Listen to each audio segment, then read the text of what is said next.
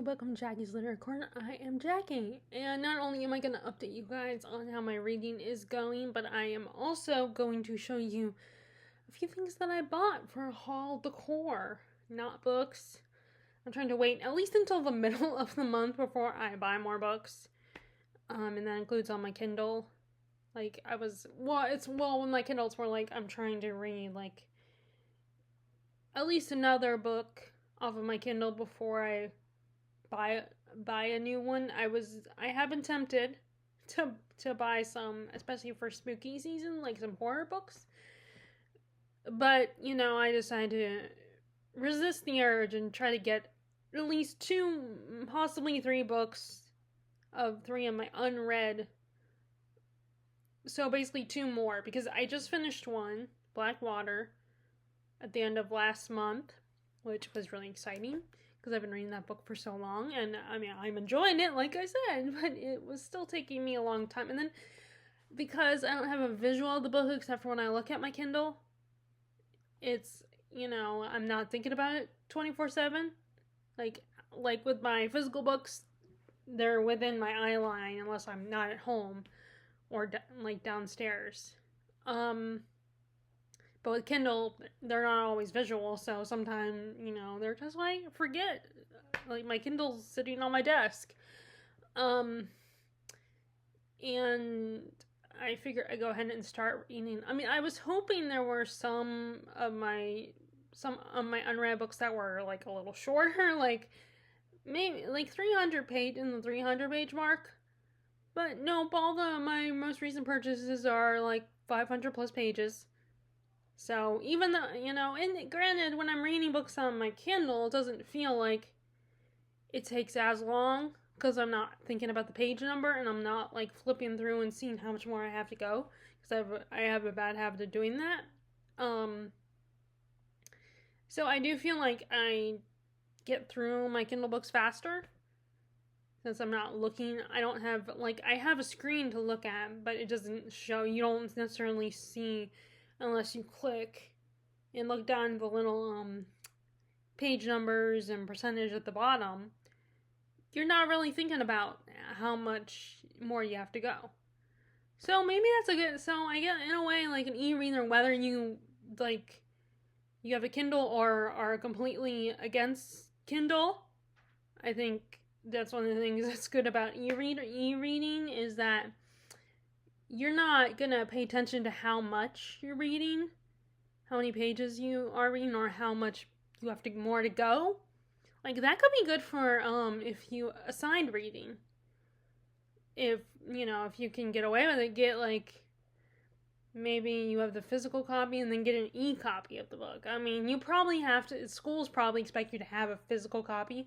Although the way things are going with the digital age, you might be able to get away with just getting the e-copy instead of spending money. Of course, colleges want your money, so they might still insist you have a physical copy of their books. I know definitely not the textbooks, but and this is probably more for people that just don't want to, if the students that just don't want to are not excited to read their assigned reading for an English class or a literature class, if you want to call it that, and they don't have to look, and they might be able to breeze past. It won't change the context of the story. It could still be boring to you, but at least it might go by faster with an e-reader, whether you use a Kindle or a Kobo or a Nook, which is the Barnes & Noble version. But of course, maybe that's just me. Maybe other people don't feel that way, but anyway. So that would mean I'm in the middle of reading, the Light of the Darkness, or I should have grabbed my Kindle so I could look at the title. Darkness of Light, or Light and Darkness. It's the next book in the Bound and the Broken trilogy. Not trilogy. It's definitely not a trilogy. The Bound and the Broken series. It's the next book. So, and I cannot think what that title is at the moment. I'm probably at the halfway point. I don't know. I might be a little less than halfway. And then I might go ahead and try to get another one in.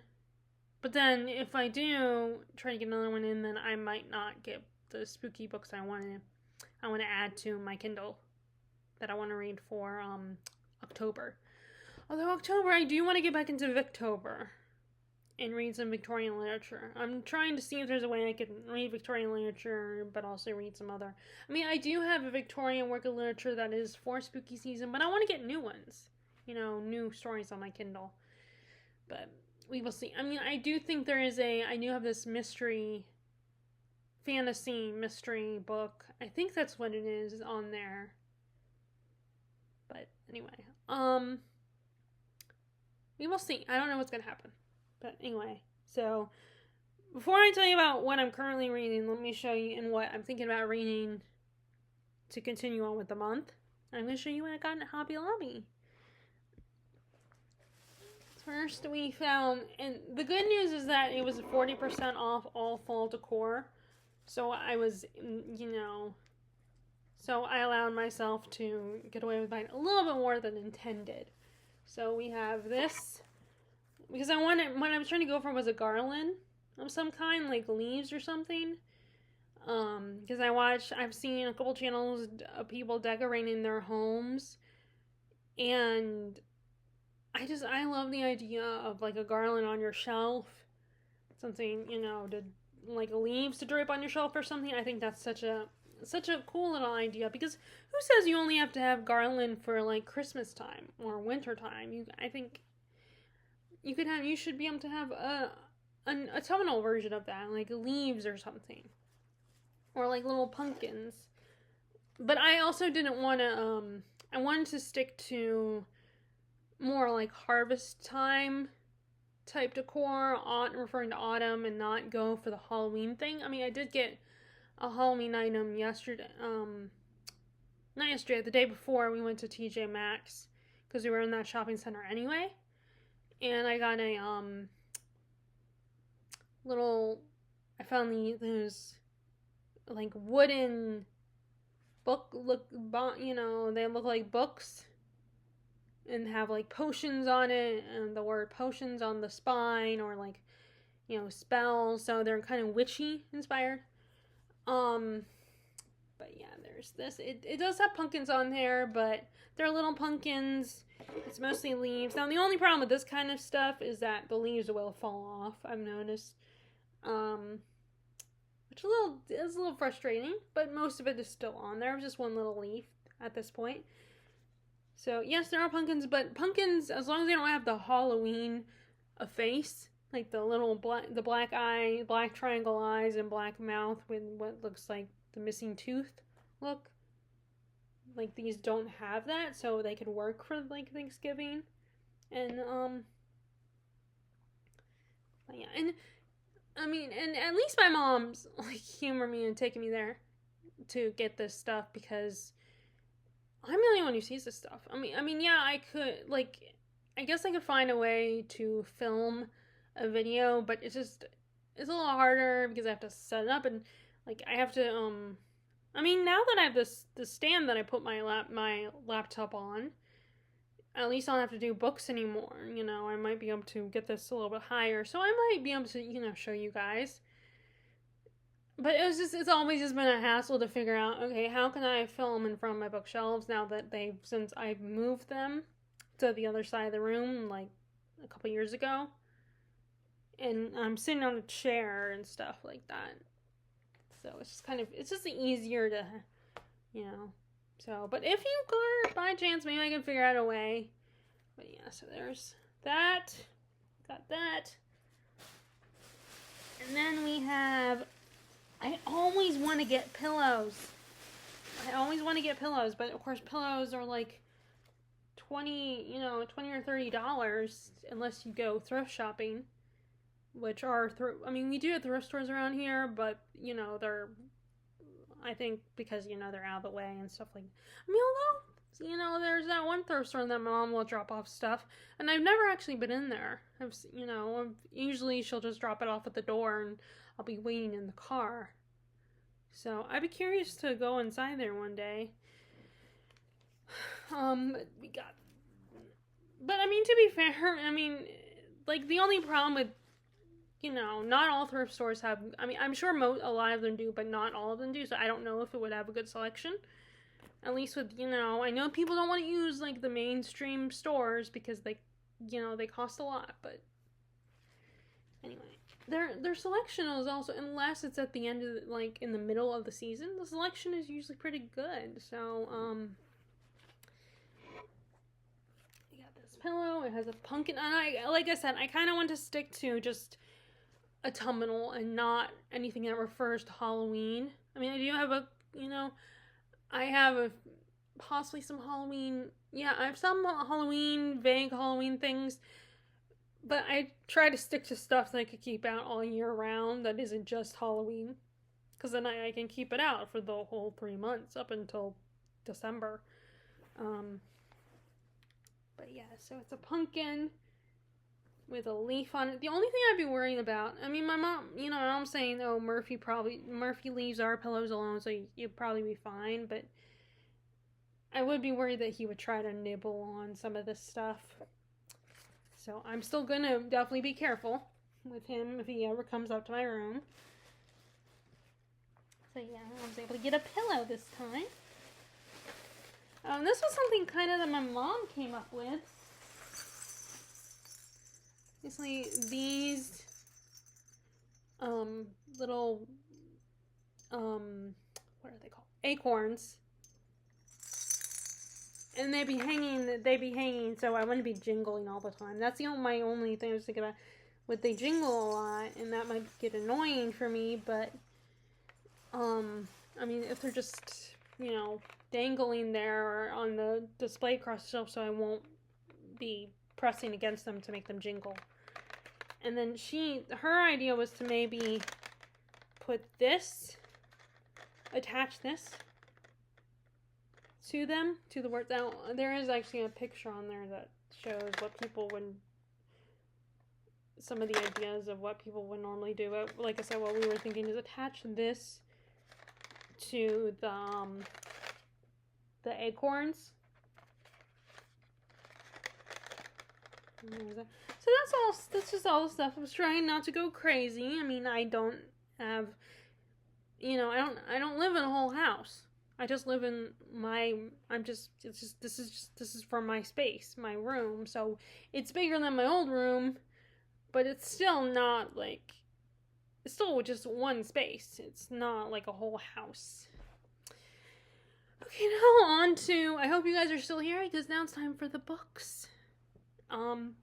So currently, well, first, as you guys know, I did finish, The Last Unicorn was the first one. I finished this while I was at my grandma's. I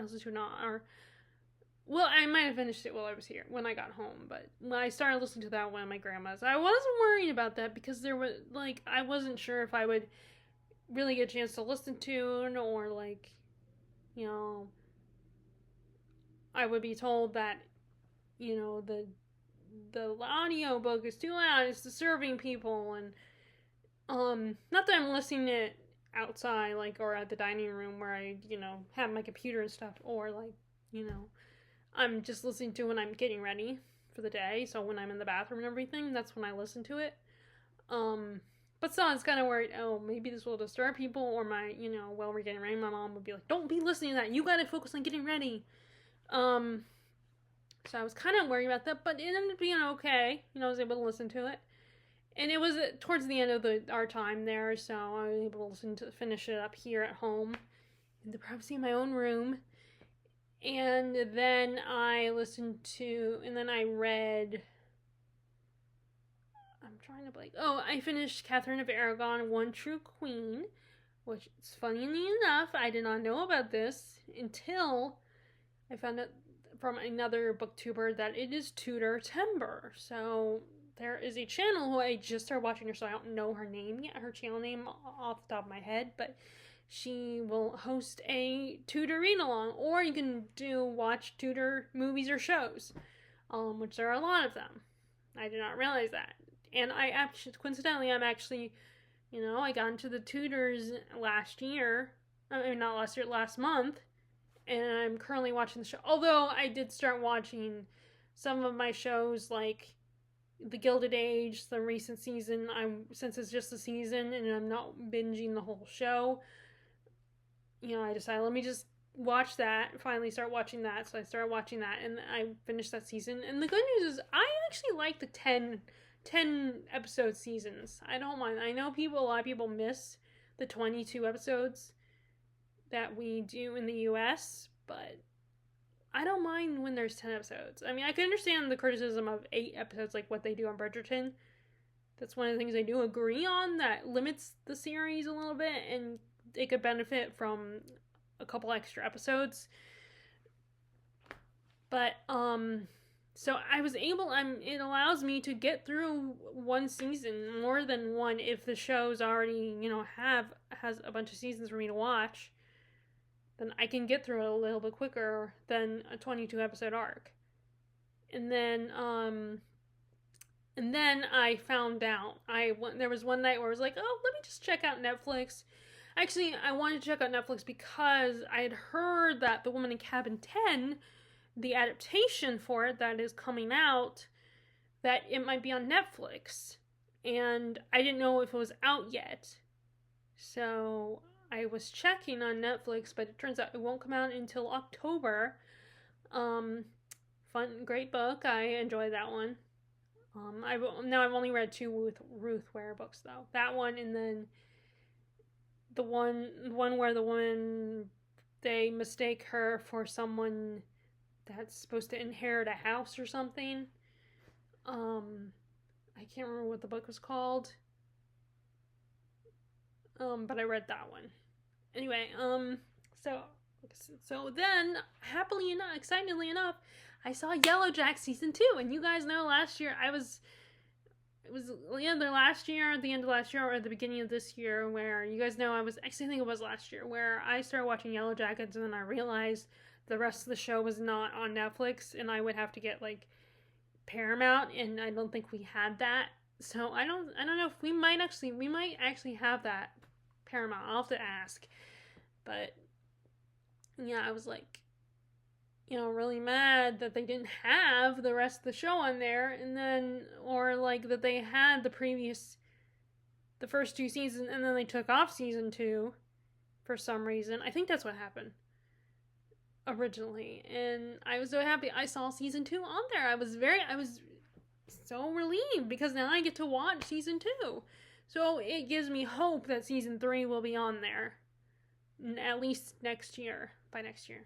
So I was very excited to see. And I'm hoping that eventually my mom will watch it. I mean, my dad was a little disturbed when I mentioned cannibalism, they resort to cannibalism, and my dad got a little squeamish about that. But surprisingly, my mom was the one who kind of shrugged it off, I think. Was like, yeah, I figured, kind of response. Or no, actually it's more like the response of, well, they probably don't show as much. I mean, although they showed a little bit, they showed a bit. So I'm hoping that she'll get into it, because she has heard that's a good show. So fortunately, it sounds like I said, I do have hope, but I probably have to wait a year before season 3 gets on there. And I mean, that's no different than when shows were on regular cable TV. You have to wait. Actually, it was a little different, but you do have to wait a good period. You would have to wait a good period of time before the next season. So it's all good. Season 2 is great so far. I'm almost done. I'm on the last episode, but I always try to make sure I go to bed the same time every night, so I didn't watch the whole last episode, so I'm going to do that tonight. But it's been really fun. It's such a good show. Like I said, you might get there are aspects of it that might make you a little squeamish, like cannibalism, and they get pretty primal, these girls, but they're trying to, it's a survival story. So anyway, I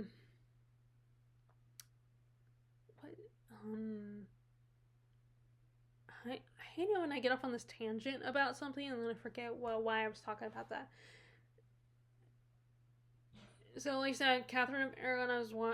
So I read Catherine of Aragon, finished that, and now currently reading The Star and Its Strange Moon. And this is actually good autumnal book. I wasn't sure, but it does feel like it feels like it could work for the season because there is vampires in the story, and it has a little bit of a ghost story feel. Like there's a bit of a mystery. So, you have two timelines. You have the 60s timeline. I want to say it's 68, where you have this actress, Gemma Turner. She was known for doing these beach movies, and she wanted to, revamp, pun intended, revamp her career a little bit, improve it. So she tried to get more experimental with her choice of roles, but she didn't do the movies that she tried to do did not do very well. But I think she had got, like, a lot of people said that she was probably the one good thing about the movies that she did. Even though she's told that she's a has-been now and her career's over. So her agent gets her into this French film that's a vampire story, a horror vampire story. And, but 9 days into the shoot, she disappears, and she wakes up in basically the story in the movie, it seems like. And she's trying to figure out how to get out of her situation, but she's constantly, like, through her typewriter, she receives message from this person who keeps telling her, you can do better. You're a better actress than that. And, this was a terrible script to begin with. You we're gonna have to keep redoing until you make it perfect.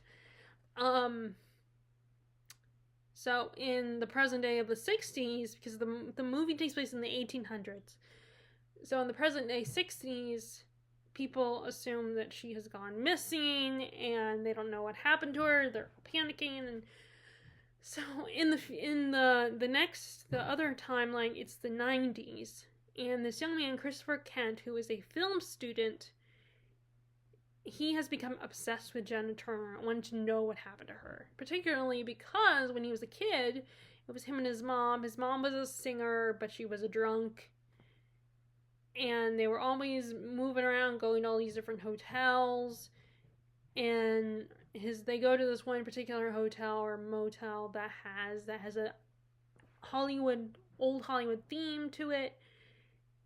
And there's a picture of Jenna Turner there, Gemma Turner. And his mom has a very visceral reaction to it. She gets really angry about seeing the picture and wants it taken down, doesn't want to see this woman's face. But doesn't really give Christopher an answer. And then she ends up dying that night. So he's living with his aunt and uncle and cousins.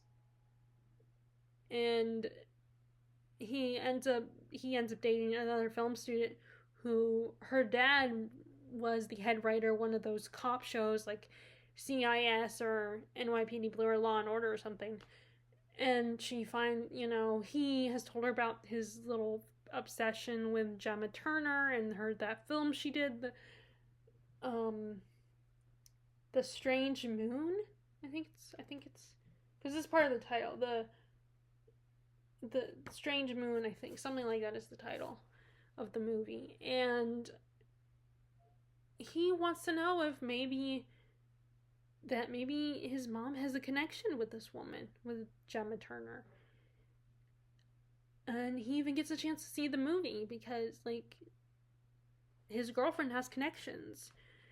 And he's trying to just piece together what happened to her. And I love those kinds of stories where you have I don't care about the detective stories.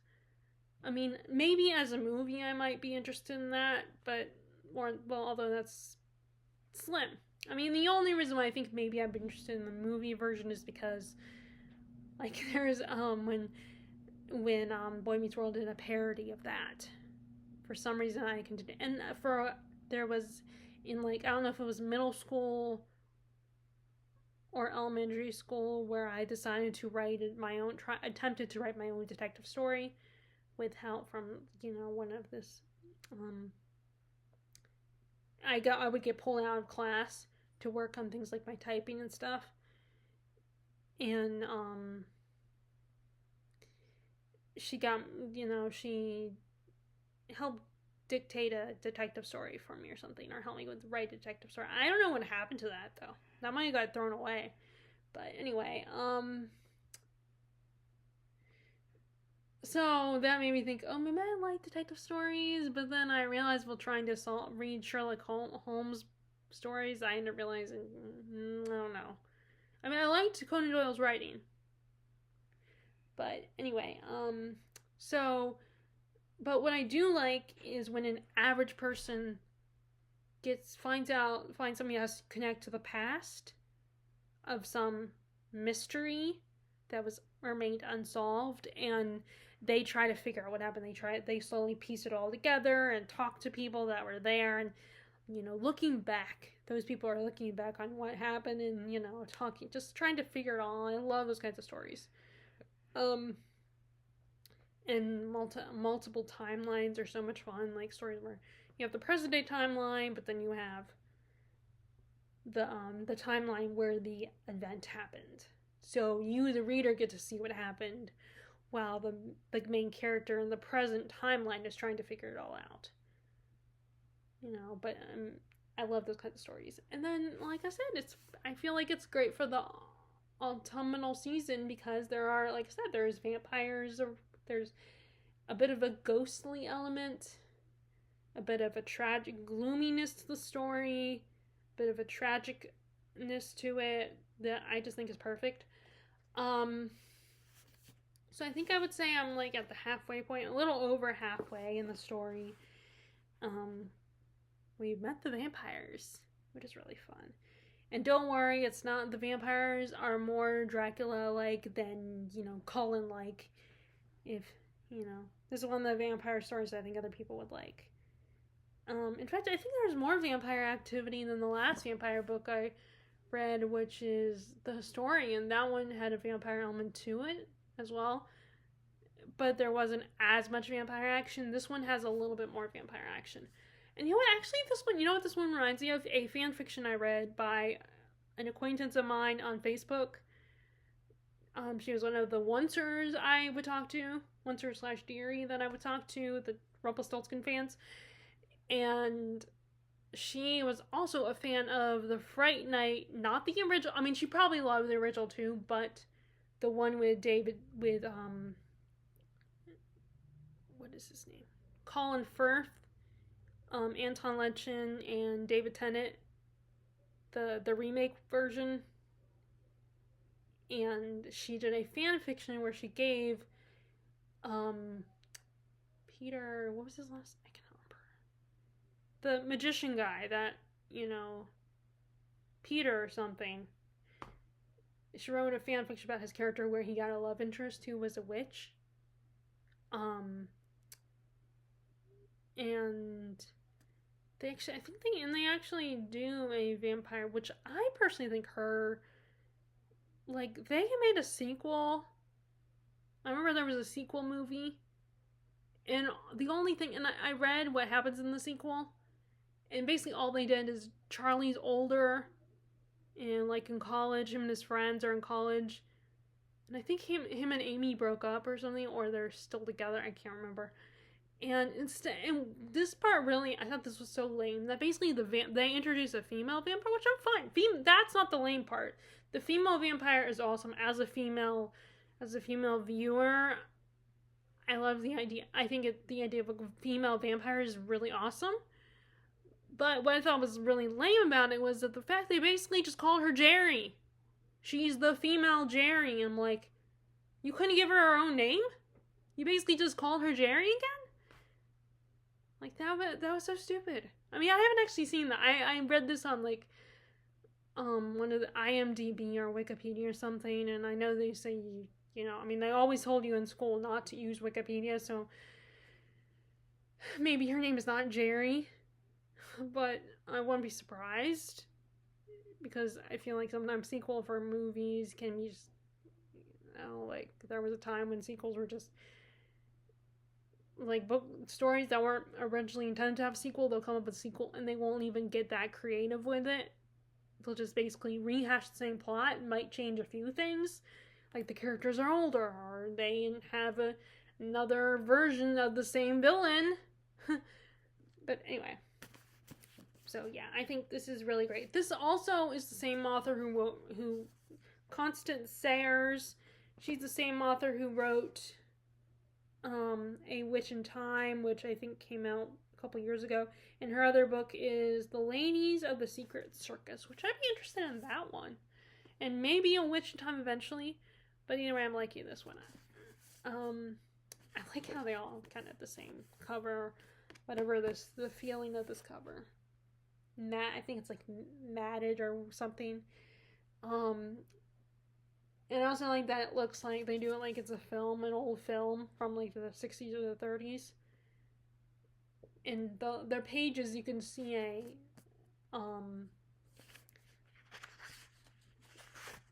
the pages. Let me just go to the chapter I'm on, where chapter 18, if you see like on the edge, it looks like a film strip.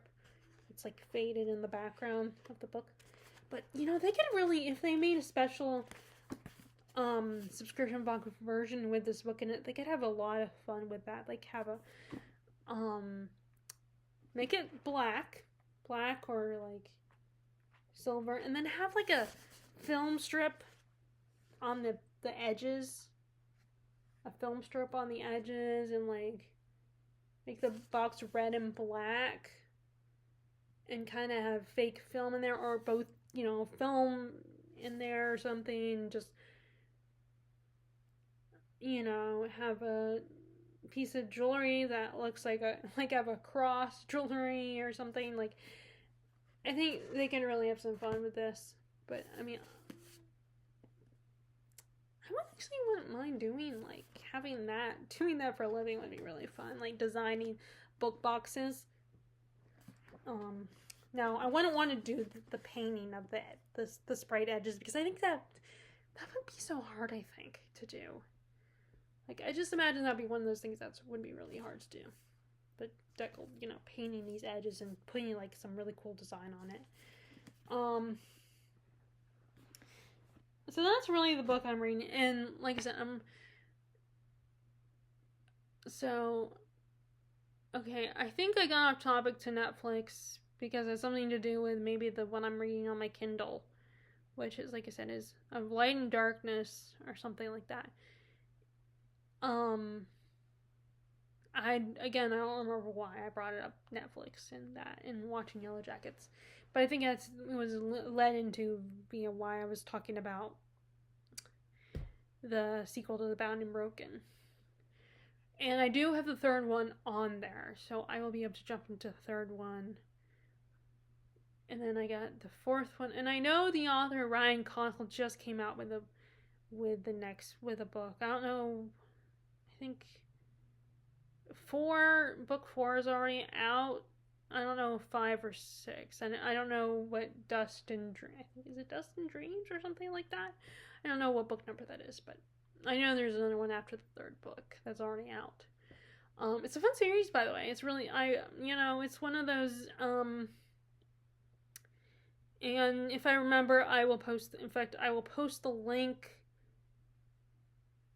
in my description box of Mike from Mike's Book Reviews, where he talks about that series, because he does he's a big fan of that series, and I think he met Ryan Cahill actually. But anyway, so those are what I'm currently reading. So technically I'm also reading The Scarlet Letter by Nathaniel Hawthorne, but if you are a fan of this book, don't get too excited, because I'm thinking about DNFing it. It's basically, in case you don't know, it's this classic. It's an American classic. It's probably one that you might have read in school, but in case you didn't, which actually I didn't read in school, so I mean I was familiar with it, but I never read it.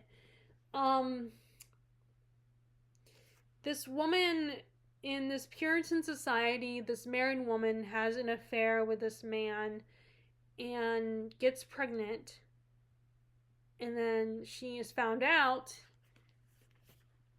and because she will not reveal who the father of her child, she is forced to stand on the scaffold all day with this red letter A embroidered on her clothes, and just to stand up in front of everybody. And then once she goes through that, does that and everything, she's let go, but she has to live the rest of her life with this red letter A on her breast, for A for adulterer. And, spends her whole life isolated from the village, and it's just her and her daughter, because her daughter does come to be born and everything and grow up.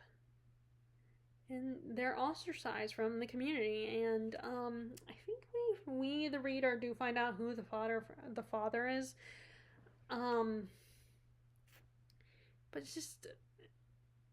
it's not pulling me in the story. I mean, it's kind of, I hate to use the B word, but boring. I'm not as intrigued by the plot, and then also it does use that kind of old-fashioned writing style, particularly for the dialogue, and it's kind of hard to, even though it does feel Shakespearean and I like reading Shakespeare, I just can't, I stumble a little bit on the dialogue in this. And now I think it is relatable, despite being during the Puritan times and people aren't as religion, or religion doesn't have as much power as it did back then. In fact, religion isn't sadly, it's not as important. And although I shouldn't say religion, I should say it's like organized religion is kind of a pain. Can be kind of a pain because it can be very controlling and aggressive, and I think a lot of organized religious groups hide behind the excuse of being a holy person, a person claiming to be people of God, but they just use an excuse to pass judgment on people and control people. And it's just, I'm a spiritual person. I do believe there is a higher power out there, and I believe in God, and it makes me feel better. Like, even if you're an atheist, you know what, if you're an atheist, that's fine. But I do believe in God, and it makes me feel good. It gives me faith and hope. And even if the world is really shitty right now, my belief in God does help me and make me feel better. And I believe that if I try to be as good of a person as I can be and try to have a strong moral compass, then eventually I will go to paradise, and that I will see my aunts and uncles and grandfathers that have already died. I believe in that, and if you don't, that's fine. I understand why people have a hard time believing in that. But I do. And you can't change my mind, no matter what science or supposed logic you throw in my face. I'm not going to change my mind. And that's what annoys me when people try to change other people's, whether you're an atheist or are a believer. I don't like it when people try to force you to think their way, or they think they can convince you to switch the other way, and they try to make, and I cannot stand that. That is a pet peeve of mine, when people try to use religion to control you. But I don't like that in real life, but in a book, I think it's very fascinating and frustrating at the same time. But at the same time, I'm hesitant because, like I said, the plot's not pulling me in. Not a lot is going on, and it's not as interesting. But I don't know. I haven't decided yet. I keep hesitating. and waffling on the idea if I'm going to DNF this or not. But I have thought about doing, because I've seen it on,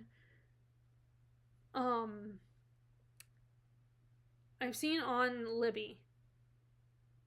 And depending on how long, I might be able to squeeze it in.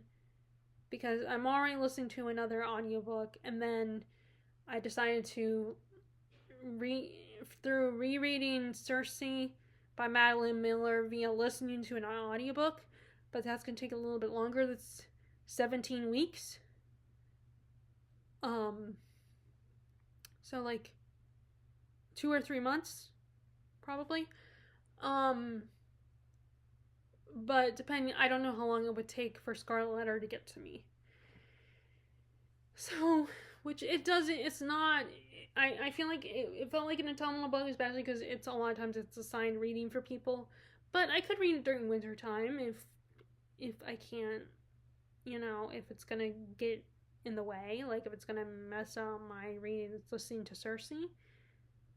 If it's gonna get in the way of that. I mean, if I can borrow, if it's one of those ones that you can borrow now, then I might borrow it now. But yeah, I'm not sure if I want to keep going or not. And like I said, I think we all can relate a little to some extent where the church isn't as strong nowadays, and we don't live the same way people would have lived back then, unless you're part of, you're, what is it called? Those people who,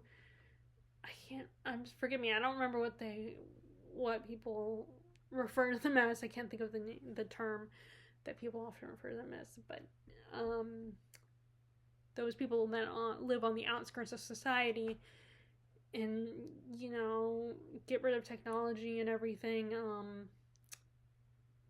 or like there's certain religions that kind of still have a very Puritan-like way of living and the way of thinking. But that's not as much involved as it is today. But the reason why I still say we can relate to this is because a lot of people can relate to the feeling of being ostracized and judged by society. We still do that. We still judge people. It's just nowadays, often it is done on social media. But we still ostracize people. We still judge people. And there are women that still are ridiculed for and called sluts and whores because they decide to have sex before marriage. I mean, we still do that. We still will judge women for those kinds of choices. And then, although a lot of times now we also judge women for choosing not to do that and trying to remain abstinent and are very moral and very much try to remain pure and good just of their own free will because they want to do that. We will judge them for that and we'll mock them and make fun of them. So women are still judged. The same like in this book. It's not, and we still can get ostracized. It's just it's done in a different way. But yes, it's still relatable. It's just the way it's written is hard, I think, to read. Can be hard and can be a stumbling block. And then there's also, and again, the church isn't as evolved today as it was back then. So yeah, I'm still trying to decide. Like I said, I might listen to an audiobook and just not, just read it, return the book, because I did get this at the Outpost bookshop.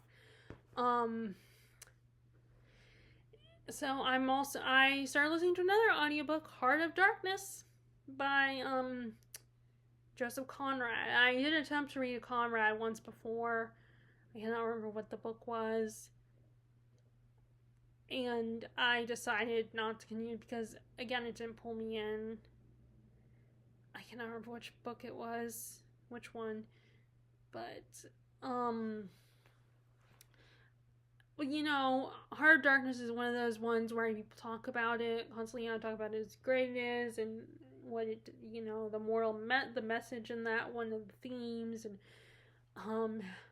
I had actually heard about it via the great 9 Great Works of Literature podcast, which sadly only had one season. That was very disappointing. I have not seen it since 2000. I've not seen any other podcast entries from the episodes since the 2018 run of it. And I could look again. But that was really interesting. There was a lot of books that I am not familiar with, which one of the books is in this pile that I have here. That really, they talked about, did a deep dive of it. And these were, professor type men, intellectual, literature scholars. So they weren't like, just your average person being passionate about what they read. There were, academics. So it was, and they talked about Heart of Darkness. And it's one of those ones that I did write off. But then the way they talked about it changed my mind. And so I decided to see if it was at the library when I started going to the library again. And it wasn't there, but the librarian at the time, I think it was Melissa, that was there. I think that's her name. She found it on Libby for me, I asked her if it was on Libby, and she checked, and it was, so I can listen. I mean, I could have checked myself, but I was there anyway, so I went ahead and asked her to look for me. And so I finally got around to listening to it. So those are my current reads. Like I said, I don't know if I will continue the Scarlet Letter or not. Some people may say, yes, I should, and some people might say, oh, I shouldn't. But like I said, even if I do decide to continue it, I could always listen to it on audiobook at some point. So this was one of the books that they mentioned on that podcast of 10 Great Works of Literature. This was the one that they talked about, which I have never heard of. I never even heard of this. Giuseppe di Lampedusa. I don't even know if they said it right because they were English. They were Brits, so they might have said it wrong. I don't know unless they know Italian.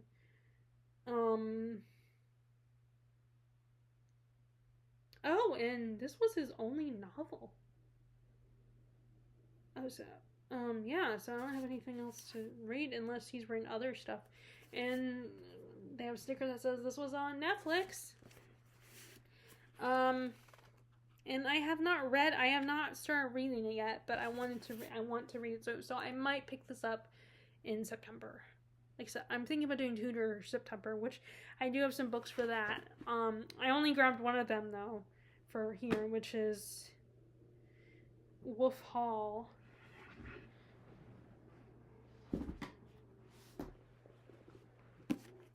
By Hilary Mantel, which is the first book in her Thomas Cromwell trilogy. But I do have a book on the Tudors, and I have a book coming. I placed the books order a few days ago because I had a free book thing, a 3-book credit. So I got I ended up, and luckily enough, it was not just that I got a free book, but also it was there was a deal, because sometimes they put books, make deals of books where you can get a lower price version. It's even more discounted edition. And unfortunately, there were a lot of Tudor related books that also I could have bought one of those that had the deal on it, that had a deal. So, but if it's, maybe, and hopefully that will still be there in November, because I did decide I'm not going to get anything thrift books in October, because I ordered, I placed order in August and September now, so I'm going to try to wait until October.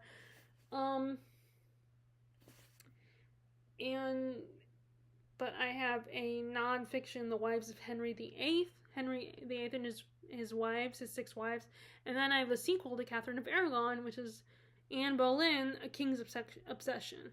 So that's book 2. But I do want to get back to this one. The writing is so weird, though. It feels, it's written like present tense, but it's just, sometimes I can get confused on what's going on. It's hard to explain. But I do want to get back to it, so I might read that at some point. So these two are Possibility, The Leopard. But I just realized I didn't tell you what this one is about. So it's kind of like similar to War and Peace, where it was about the downfall, or not War and Peace, well, maybe War and Peace. I don't know if it's the same. I think that's the same time as the Russian Revolution, I think. But anyway, basically this is about the revolution in Italy. Like, the Sicilian aristocracy is dying. Yeah, so this is the revolution in Italy. So it's kind of like the Russian Revolution or the American Revolution. But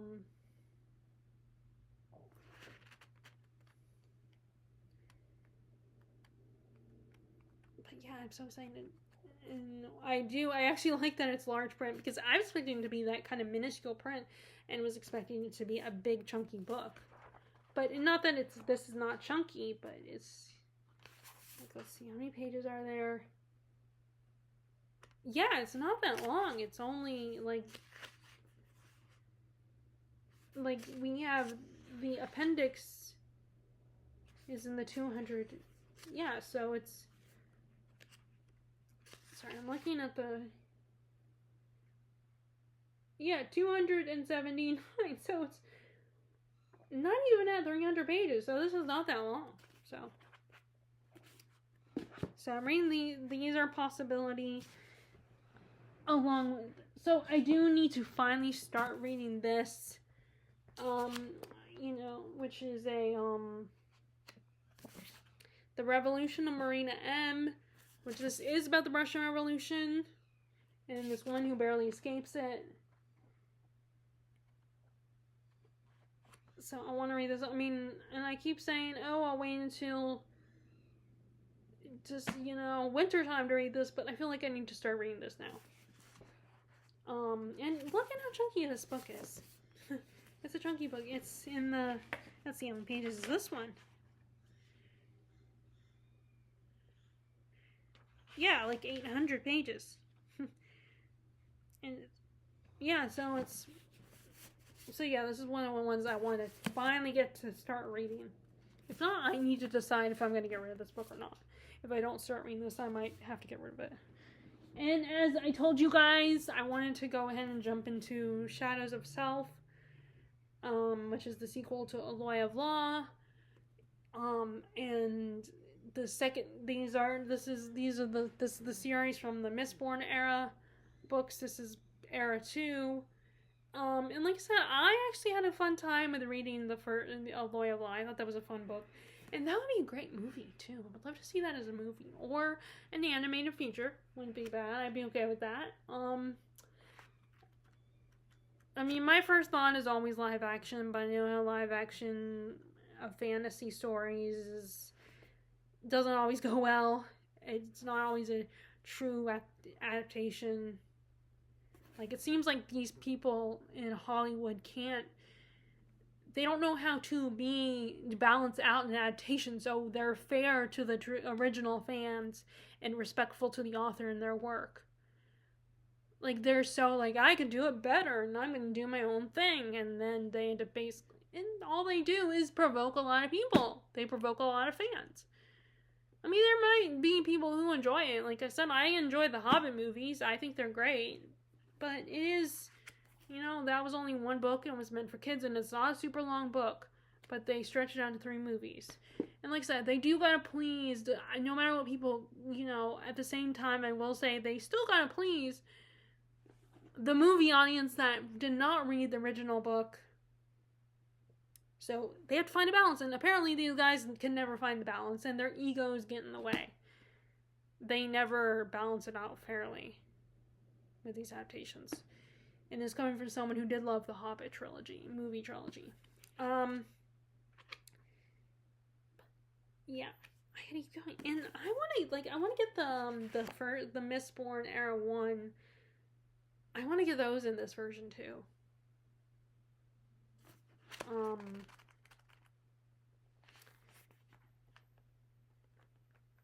It's really cool because these books, they always have like a what looks like a newspaper article on each page. Like, I think that's really cool, that each chapter.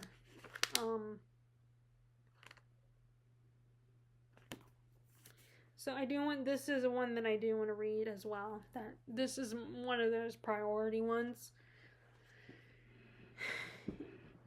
And I did start reading, as like when I went to my grandma's, as you guys know, I did start reading Richard III biography.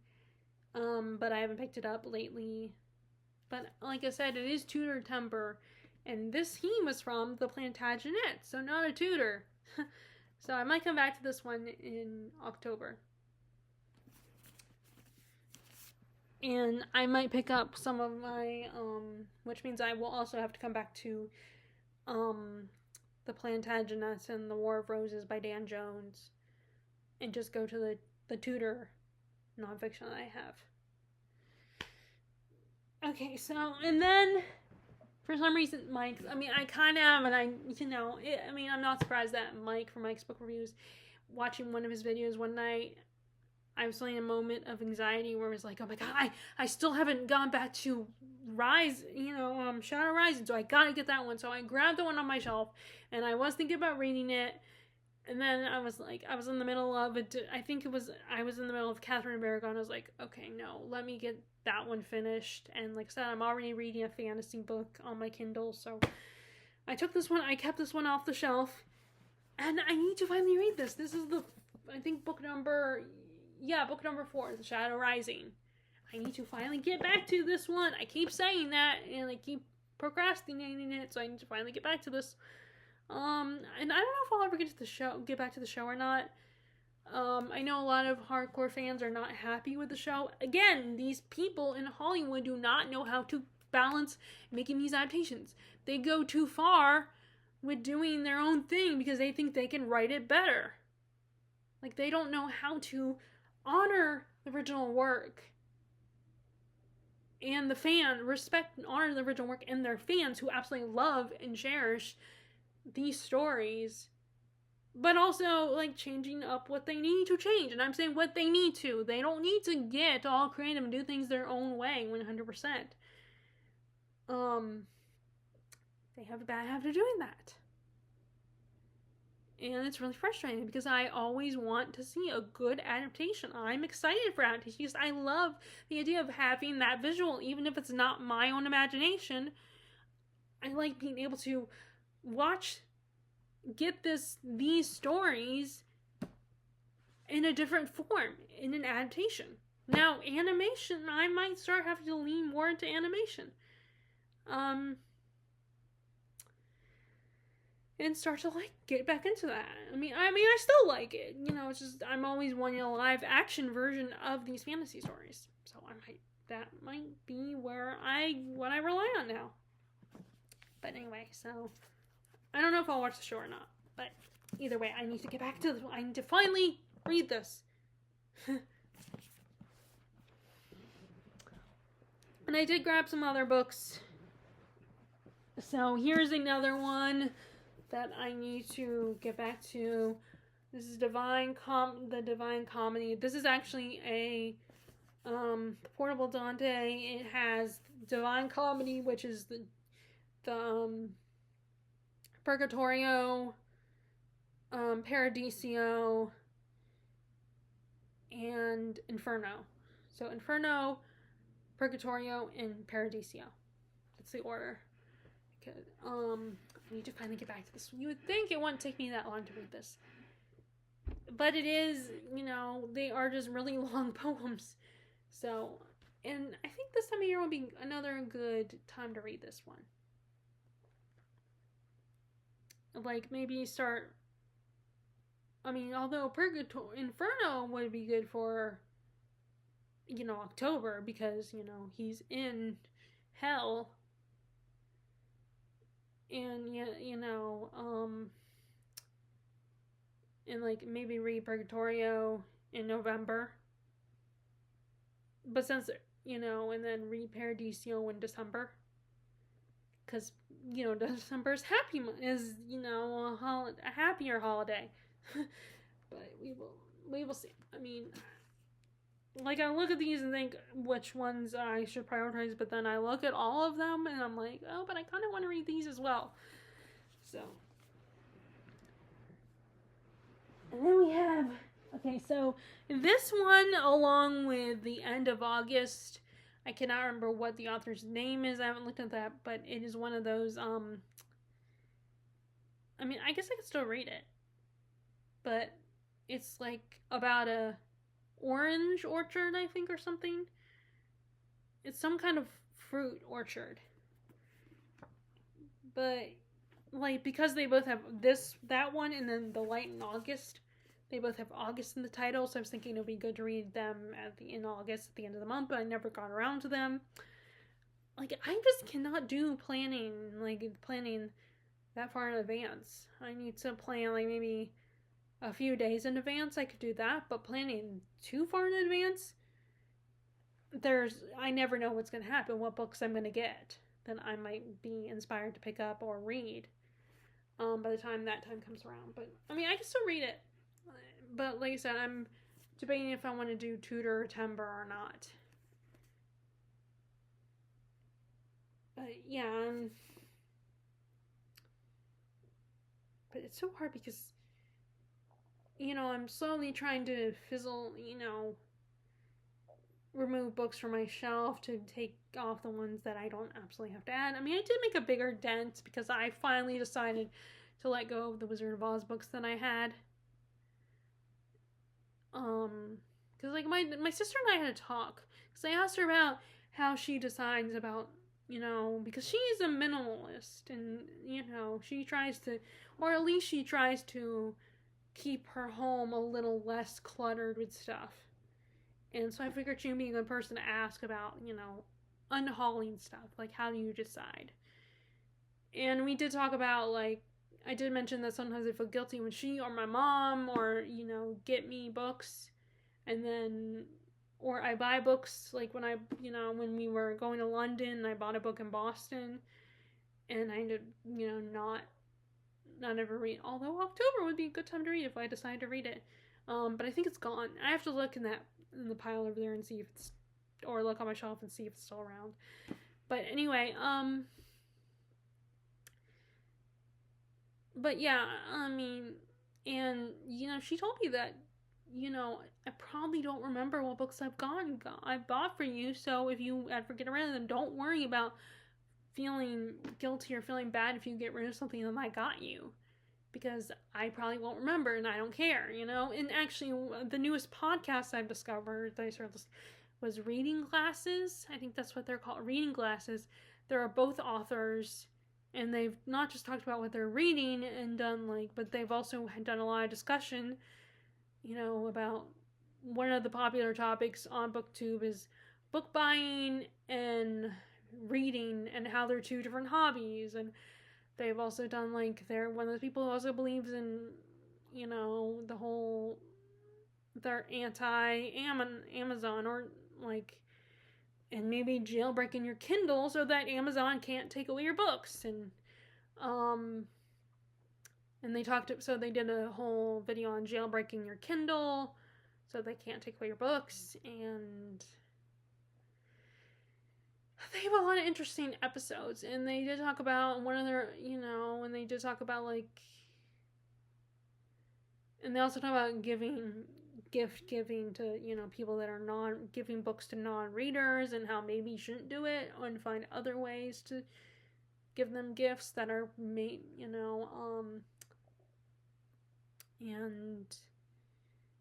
I can't remember why. I'm trying to think that I think they talked about, oh yeah, someone emailed them about having trouble trying to, that because they have no room in their room and on their shelves, so they have to get rid of books. And, you know, they were talking about how you need to make some difficult decisions about your reading material. Do you really want to read it, or did you just buy it because you were, you know, influenced to buy it, or you thought, like, and if that was the case, maybe you don't really want to read it. And as far as I know, I want to read all my books. It's just sometimes I'm not always in the mood to read them right when I buy them. And maybe that's a lame excuse. But it's not that I don't unhaul books. Like, I'm you know, I bring this up because I'm, you know, at that point where I'm trying to unhaul books in little chunks, like 2 or 3 books. And my sister had got me, one Christmas, she got me some Wizard of Oz books because I was wanting to get into Wizard of Oz because I kind of grew up with Wizard of Oz. My dad was in a community production of the Wizard of Oz play, the play version. Like, he was Professor Marvel / the Wizard, which I was, you know, and my sister did audition for it. Sadly, she didn't get in, but it's funny, my dad got in. He wasn't even, you know, he was just doing the auditioning just for fun. And, of course, my dad is just, this is how, he is a very, like, my dad is a very talented man. And, you know, I'm biased, granted, but, you know, he's a showman. Like, he's, you know, not the real life Barnum, but the version of him that Hugh Jackman did in the musical, The Greatest Showman. That's kind of how my dad is. Not necessarily the lack of the struggle of prioritizing family, but just my dad's like a showman. He's a you know, good actor, and he's a writer. He's written a couple, as I mentioned in some of my videos, he's written some books. Shadows of Saigon, Vietnam story. Sage Among the Pines, you know, coming of age story. You know, a girl, you know, connecting with her grandparents and everything. And then he's working on another one that is World War II related. And so he did, you know, because, you know, he's good at, you know, performing, and like, he got a major part in the Wizard of Oz production. And so Wizard of Oz has kind of been part of my life. So for a while, I was interested in getting into reading the books. And I read them, and I liked them, but I just wasn't like, okay, this is fun. I don't know if I want to keep going with it. I do think it would be, you know, really good for my nephews and niece to read it one day, but anyway. So I got rid of my Wizard of Oz books that she got me. Which, thinking about it, I do still feel a little bit bad, but it did make a good amount of room, and I'm probably deep down not going to read them. I mean, I could, like, just return the favor and pass them on to my nephews and niece. Like, I'm gonna put them in the box instead of just donating them. I mean, I don't know, though. My sister might be like, don't do that. Don't worry about it. But anyway, so, yeah, I'm struggling, and I don't know if I want to keep going. I don't know. I've only read one Faulkner book, and I just thought it was okay. I ended up donating it. And I have 2 other Faulkner books. So I'm going to see if I like Faulkner. If I can, you know. I know not everybody, especially, like, a lot of female, I imagine a lot of female readers don't love Faulkner. But anyway, I'm going to keep trying.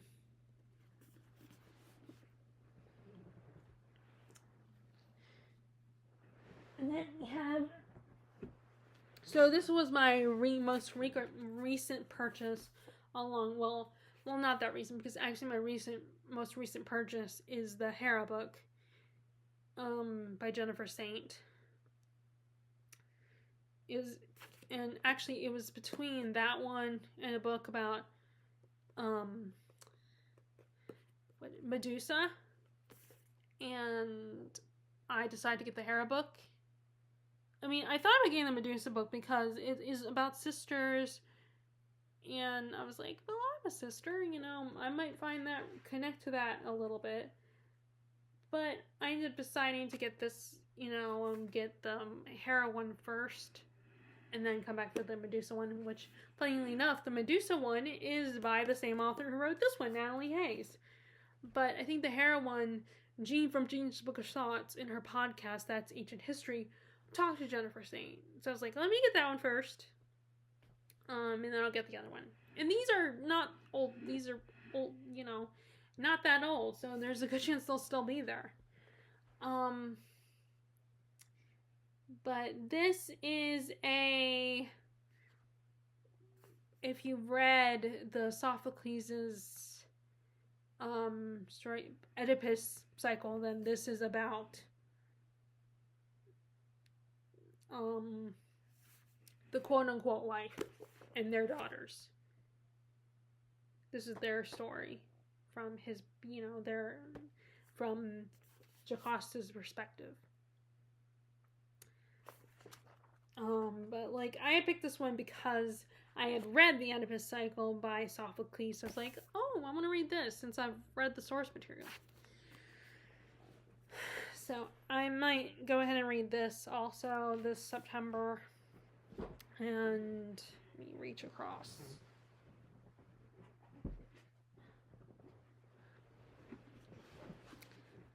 So this is gonna be one of those books I'm gonna read on and off the pillow book. Because this is a diary, it's not a story per se, non-traditional sense. So I feel like I get away with reading this on and off throughout my time. Like I said, because this is a diary entry, so just read a good chunk of it and then put it down and then come back to it later. Because it's about life for this woman living in the palace of Japan, of the emperor's palace, and her life there. And like I said, I think I like this better than The Tale of Genji because it's not just... There is romance in this, but it's not just focused on, her going from guy to guy and stuff. It's just her life and her observations and what goes on in this kingdom, her entries on, her environment and the world. In the beginning, she describes the different seasons. And like I said, there is romance and all that, but it's not the dominant thing she talks about in her diary. And it is interesting when we publish diaries. Like I said, Jack Edwards did a video where he talked about that and how, is that okay? Is that appropriate? Because there are a lot of authors that die that they publish, and although I should say it's not diaries necessarily, but publish work that they wrote that wasn't intended to be published, that they claim that they didn't want it published. Is that fair? Is that right for us to do that? But then if we don't, then we could potentially miss out on great work. But then maybe they think it's not great. And it's not fair because we can't ask them. They can't give permission if they want their work published. And, except for you have to go by what they said before they died, which a lot of these people say, don't publish this. And this was a diary. This was someone's diary, which diaries are normally meant to be private. But so far, but it's here. We have it. So, and it is very weird. So there's that. And then this was a book I got at Books A Million. And it kind of reminded me of, some other books like A Separate Piece or The Secret History or Stoner or something where you're talking about the academic life. But it's basically this young student and he goes to, I think, Tokyo, is it? Yeah, Tokyo. And how he went to a provincial college, as they say, and then gets to go to the big city. Gets to go to Tokyo. Gets to go to school in Tokyo.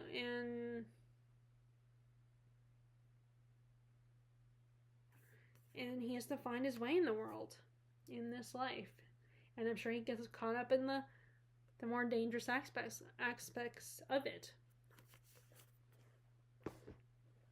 And then last I got, this is a famous Elizabethan play, so it has some, let's see. It has Christopher Marlowe's work,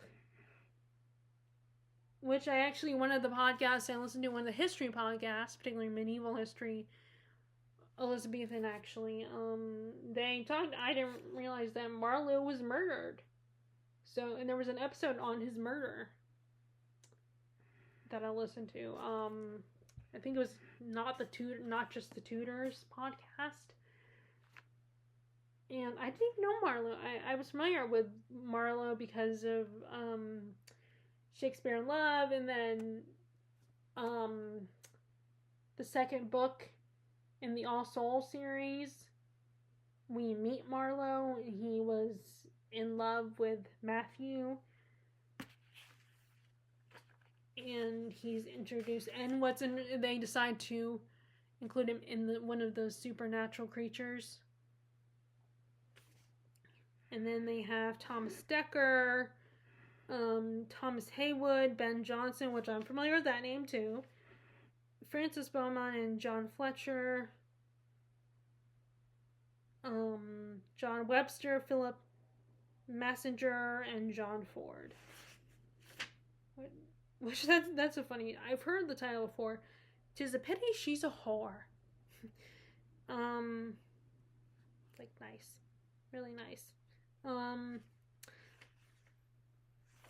Which I'm wondering if I've heard this title being referenced or something, because I vaguely remember that title. I mean, maybe it comes from reading the table of contents 5 minutes ago, but that title always sounded familiar to me. So I think what I'm gonna, maybe in September, I will get to I will read the play, Marlowe's play, The Tragical History of Dr. Faustus. I mean, I don't know if that's spooky or creepy or anything, but I thought that would be great. So that is my reading right now. I'm going to go through, I feel like I need to go through these and decide which ones I should prioritize, because I'm trying to not make a TBR, or at least just focus on my current reading and not try to plan too far ahead, because there's no guarantee I'm going to read everything on my TBR. But anyway, I hope you guys enjoyed this video, and I hope your reading is going well.